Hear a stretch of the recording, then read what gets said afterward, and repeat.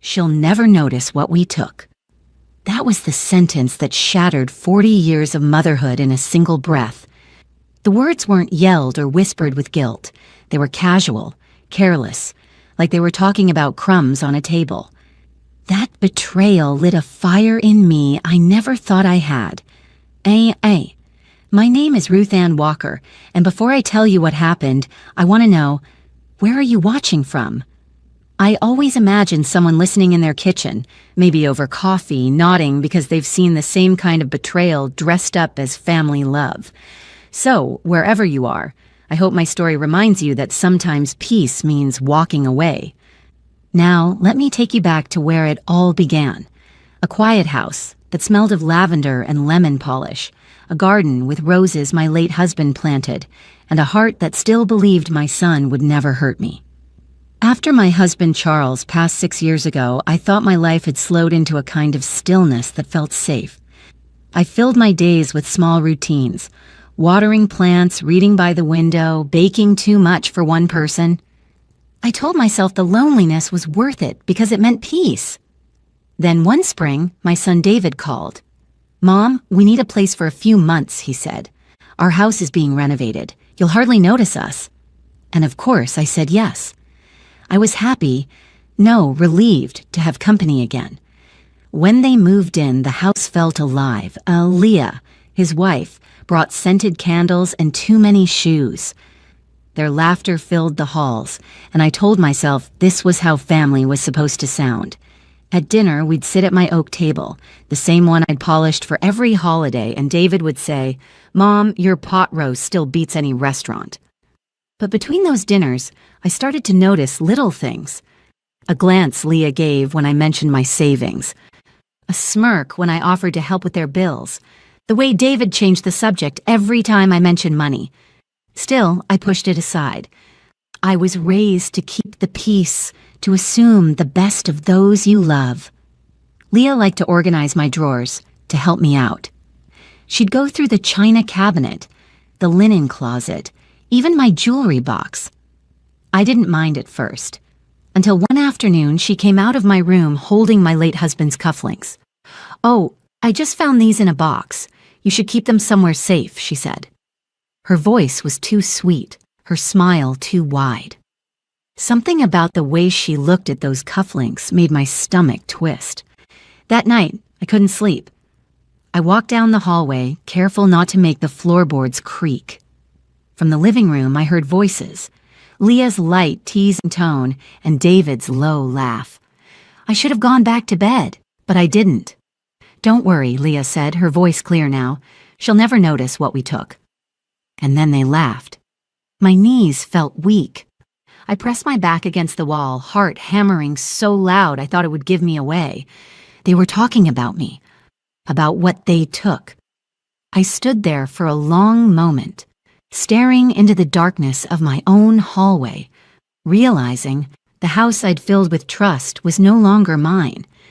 Every picture on the wall, David as a baby, Charles smiling at his retirement party, felt like ghosts staring back at me, asking how I didn't see it sooner.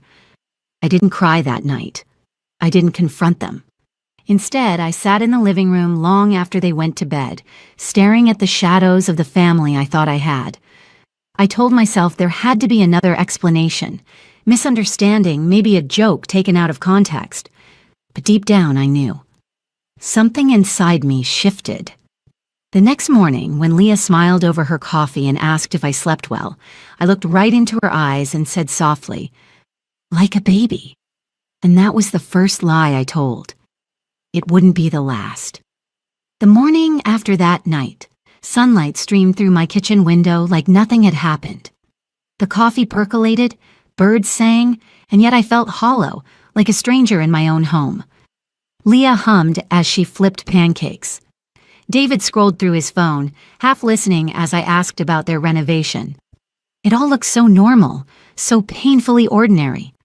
But when you know something's broken, even silence sounds different. I kept watching her hands, how easily they moved through my drawers, how casually she wore my apron. Every small gesture felt like a quiet invasion. After breakfast, when they left for errands, I finally allowed myself to look. I started in the places that meant something to me. The jewelry box Charles had bought me on our 25th anniversary. It was light when I lifted it, too light. Inside, the velvet was bare where his gold watch used to rest. The pearl earrings my mother had left me, gone. My throat tightened. I checked my dresser drawers. The little silver locket that held Charles's photo was missing too. For a moment, I couldn't breathe. I sank onto the bed, my hands trembling in my lap. It wasn't just jewelry. It was memory. It was my life, piece by piece, disappearing while I cooked them dinner and smiled at their jokes. I told myself I could be wrong. Maybe I'd misplaced them. Maybe Leah had moved them when she organized. I searched every corner, every box, hoping to find what I'd lost and prove my own doubts wrong. But all I found was silence. That evening, I brought it up gently over dinner. "Leah, sweetheart," I said, forcing a smile, "do you remember where you put Charles's watch? I can't seem to find it." She looked up from her plate, her face perfectly calm. "Oh, I don't remember touching it. Maybe you left it somewhere." Then she laughed, light and airy. "You do forget things sometimes." David chuckled, almost on cue. "Mom, you probably misplaced it. You've been tired lately." That stung more than I expected. Not because of the words, but the way he said them. So confidently, as if the thought of me losing my mind was easier to believe than them losing their morals. I nodded slowly. "Yes, maybe you're right," I whispered. But in my chest, something burned. I washed the dishes alone that night. The water was hot, and I let it scald my hands just to feel something real.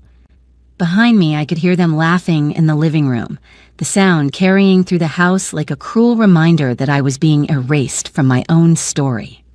Later, as I sat in my room, I saw my tablet blinking on the nightstand, an alert from my security system. Months ago, after a break-in scare in the neighborhood, Charles's friend had installed cameras around the house and a few discreet ones inside, just in case. I'd never told anyone about them. They weren't obvious, hidden in air vents and picture frames. I stared at that blinking notification for a long time. My heart was racing, but my hands were steady when I picked up the tablet. The living room feed opened first, empty, quiet. Then I scrolled back a few days. At 2:43 p.m., the screen flickered, showing Leah entering my bedroom with an empty tote bag.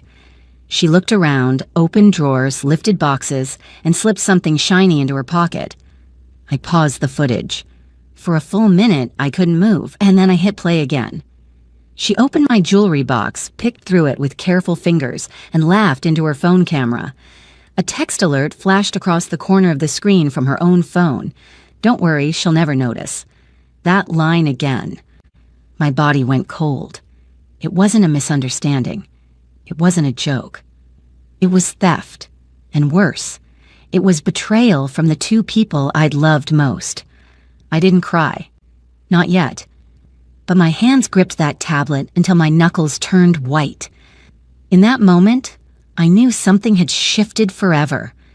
The woman who'd always believed in forgiveness now believed in evidence.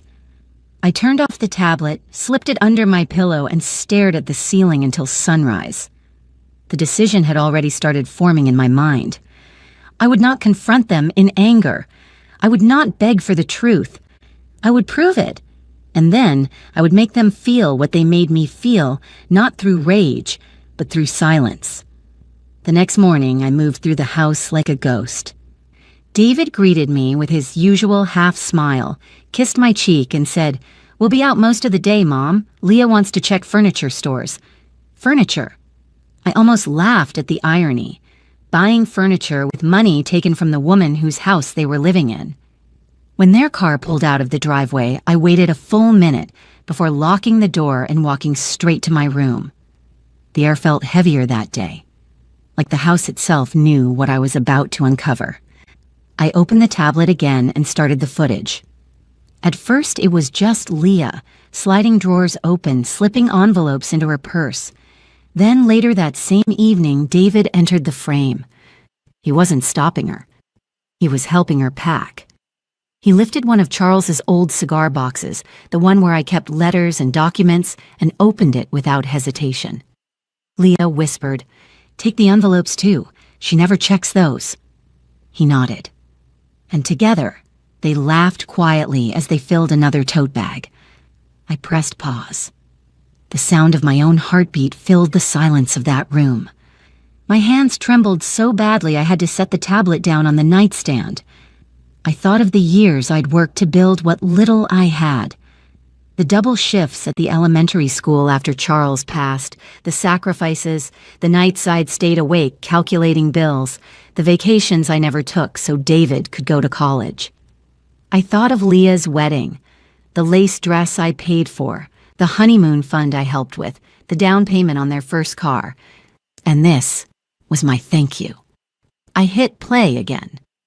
Leah was now sitting at my desk, scrolling through my tablet. The angle of the camera captured her smirk as she typed in my password, my birthday. The same birthday she'd posted about last week with the caption, "The woman who taught me love." I watched her open my banking app, scroll through balances, and snap photos with her phone. That was the moment the betrayal stopped feeling like heartbreak and started feeling like strategy. I wasn't dealing with impulsive greed. I was dealing with people who planned to bleed me quietly. My stomach turned as I kept watching. There were timestamps for 3 nights in a row, Leah returning, checking drawers, taking more. Sometimes David watched from the hallway, his silhouette motionless. Other times he held open the tote while she emptied my belongings. At 1:07 a.m. on the 4th night, Leah turned toward the camera, almost as if she sensed it, and smiled. That smile chilled me to my bones. I paused the footage and walked to the mirror. For a long moment, I stared at my own reflection. The woman looking back at me wasn't weak. She was tired, yes, but there was something new in her eyes. Something hard. Charles used to tell me, "Ruthie, you've got the kind of strength that doesn't shout." That day, I finally understood what he meant. I scrolled to the last clip. David and Leah were packing a small box labeled "Donate." Inside were my old family albums. I zoomed in, photos of our wedding, of baby David in his first stroller, of my mother in her Sunday hat. I couldn't move for a while after that. The betrayal wasn't just about money. They were erasing history, our history. I closed the tablet and sat in silence, hands folded in my lap. For the first time in years, my heart felt steady. Anger is noisy, but clarity is quiet. That's when I knew what I had to do. I wouldn't confront them. They would only twist my words, paint me as confused or senile. No, if they thought I was weak, I'd let them keep believing that. But quietly, carefully, I'd build a plan they'd never see coming. And when it was time, I wouldn't raise my voice. I'd simply disappear and take everything back that they thought I'd never notice. By the next morning, the sadness was gone. What replaced it was something colder, steadier, like steel cooling after fire. I moved through the house, deliberately, saying good morning as if nothing had changed. Leah was scrolling through her phone, David packing up to leave for work. "Mom, we'll grab dinner on the way back," he said. I smiled, nodded, and kissed his cheek. If he noticed how still my hands were, he didn't say a word. As soon as the door closed, I poured myself a cup of coffee and opened my old leather notebook, the one where Charles and I used to write down every expense. Page after page, I reread numbers that meant something once. The tuition payments, the down payment for David's house, the business loan we'd helped him with. Each line reminded me how much I had given, how little they saw it. That afternoon, I made 2 phone calls. The first was to Mr. Hastings, our old family lawyer. He'd retired, but he still picked up after 2 rings. "Ruth Ann Walker, it's been too long," he said warmly. "I wish this were a social call," I replied, voice steady. "I need to make some changes to my accounts, quietly." There was a pause the kind lawyers use when they understand more than you're saying. "Of course. Come by after lunch. We'll handle it discreetly." The second call was to Marla, my bank manager. She'd known me since the days Charles and I had joint accounts. "Mrs. Walker," she said gently, "what's wrong?"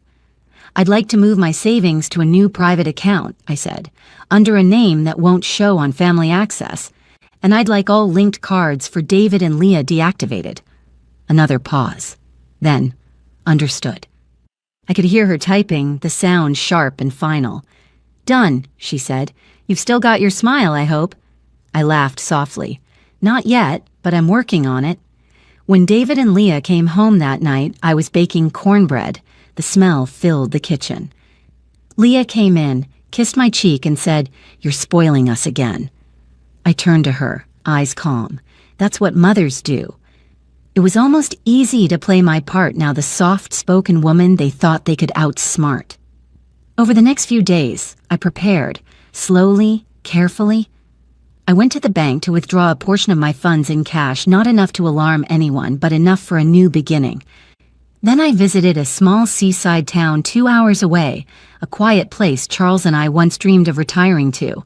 There, I found a modest cottage with a white fence and salt in the air. The owner, a kind widow named June, said, "If you love the sound of the sea, this place heals everything." I smiled and told her, "That's exactly what I need." By the end of the week, the lease was signed. I didn't tell a soul. That night, as David and Leah sat watching TV, I stood by the hallway and looked at them. Really looked. David's laughter filled the room. Leah leaned against him, pretending she belonged in a family she'd helped destroy. It was strange how peaceful I felt. Later, when they went to bed, I wrote 2 letters. One for the lawyer confirming the transfers, and one for them to be found after I was gone. It wasn't a rant. It wasn't even angry. It simply said, "I raised you with everything I had. I trusted you with everything I owned. You thought I wouldn't notice what you took, but you forgot what I gave. I am leaving with my peace intact. I hope someday you find yours." I placed it on the kitchen counter beside a framed family photo, David at 10, Leah smiling at her wedding, Charles holding me on the porch. At dawn, I packed my car with only what mattered, the photos they hadn't touched, Charles's letters, and my dog-eared Bible. As the sun rose over the neighborhood, I took one last look at the house, the same house that had held laughter, betrayal, and finally silence. Then I whispered to myself, "Let's see what you do without my silence." And with that, I drove away. By the time the sun climbed above the horizon, I was already miles away, my small blue sedan humming down the coastal highway, windows down, morning wind brushing my face. For the first time in years, I felt light. I didn't know where I'd end up exactly, but I knew one thing for certain: I wasn't going back. Meanwhile, back in that house, the stage I'd set was beginning to play out. That evening, David and Leah went out to celebrate some good news. I would later learn from Marla, my banker and quiet ally, that they'd transferred $1,500 from my savings account just 2 days before I froze everything. They thought they'd gotten away with it. They didn't realize the cards in their wallets were already dead plastic. At 7:18 p.m., they sat at an upscale restaurant downtown. Leah ordered a bottle of wine she couldn't pronounce. David bragged about how family money made life easier. And when the bill came, their smiles vanished. The waiter returned, expression polite but puzzled. "Sir, your card's been declined." David frowned. "That's impossible. Run it again." The waiter tried twice more. Nothing. Then Leah handed over hers, the one linked to my account. Declined again. "What the hell is going on?" she whispered, panic rising in her voice. The waiter leaned in quietly. "Would you like to try another form of payment?" David's ears turned red. Other diners were starting to notice. He handed over his phone to check the bank app, but when he logged in, the balance read $0. A message flashed across the top. "Access restricted. Contact account holder." Leah's face drained of color. "Contact your mother," she hissed. David stared at the screen, jaw tight. She wouldn't, but she would. And she did. They left the restaurant humiliated, leaving their IDs as collateral until they could return with cash. I could almost imagine Leah's heels clicking furiously on the pavement, David fumbling to call my number. When my phone lit up with his name, I didn't answer. Then came Leah's call, then another. Dozens of messages followed, some frantic, some apologetic, some cruel. "Mom, please, what's happening? We need to talk. You can't do this to your own family. You're being manipulated by someone." By midnight, they were pounding on my front door.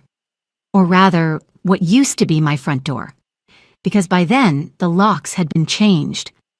I'd left only 2 things behind for them to find: the letter and the photo. When David walked into that kitchen, still shouting my name, he found the note lying beside the picture frame. I imagine his hand trembling when he unfolded it. Leah, standing behind him, probably reading over his shoulder, her face paling with every word. "You took what wasn't yours and called it love. You lied and called it family. Now you'll have to live with what you've done the same way I lived with believing you wouldn't. I hope you find a way to forgive yourselves because I already have, by leaving." Next to it, the photo. David as a child, missing his front tooth, hugging me around the neck, and written across the glass in neat cursive, "You took more than money."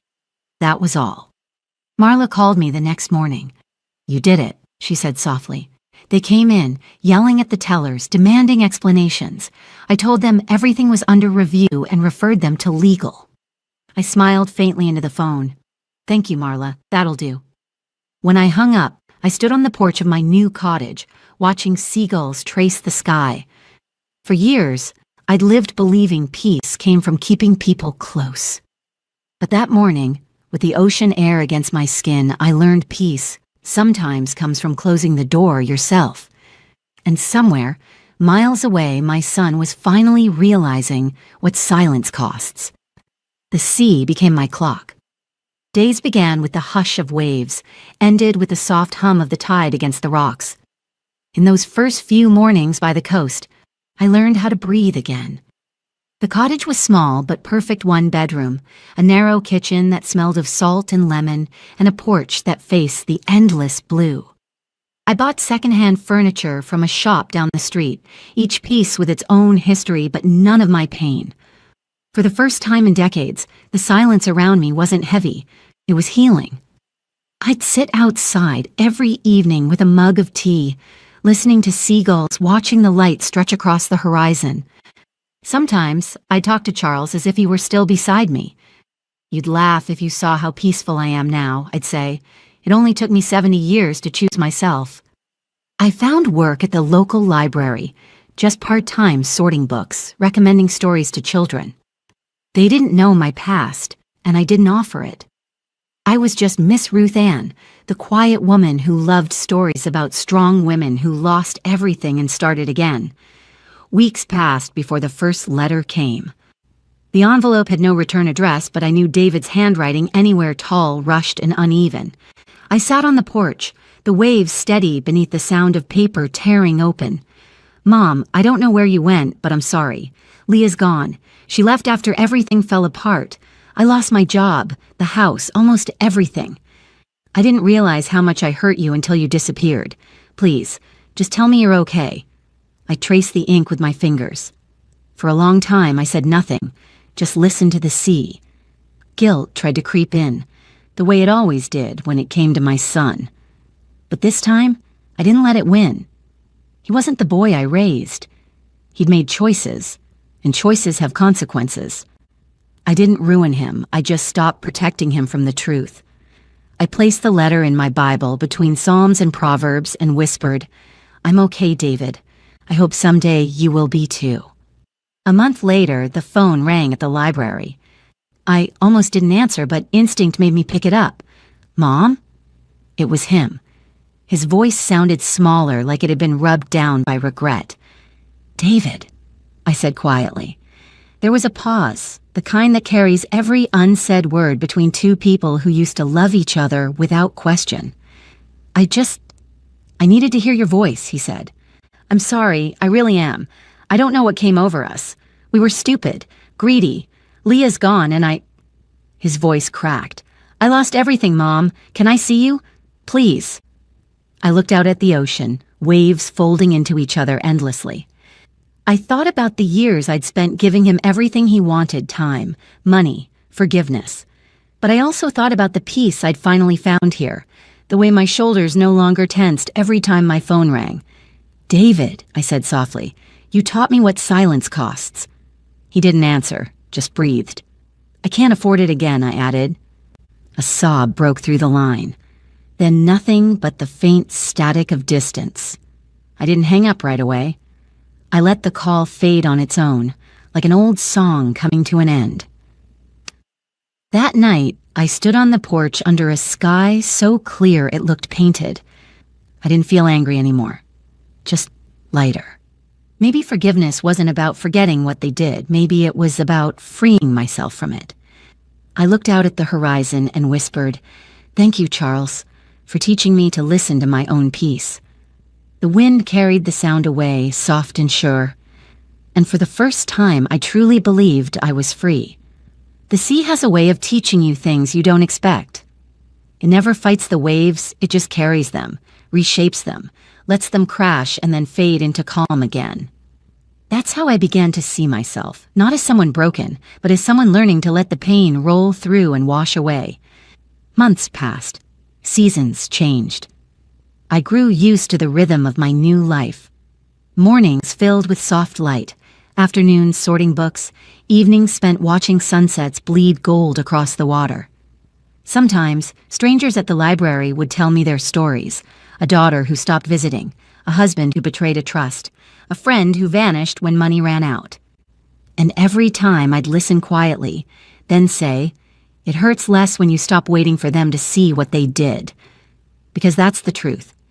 Closure doesn't come from their apology, it comes from your decision to stop needing it. One Sunday evening, I recorded a small message for a women's storytelling group online. It wasn't meant to go viral, but it did.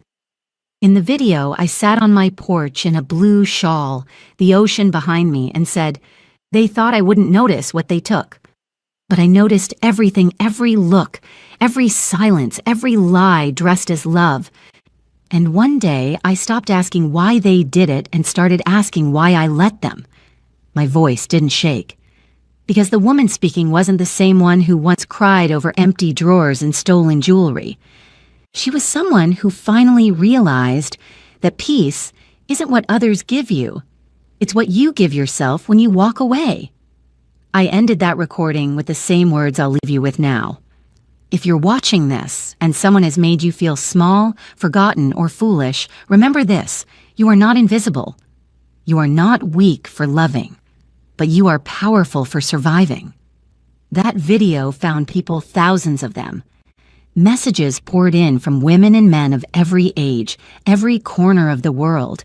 Some wrote, "I'm packing my things tonight." Others said, "You gave me courage." One woman simply wrote, "I didn't know I was allowed to leave."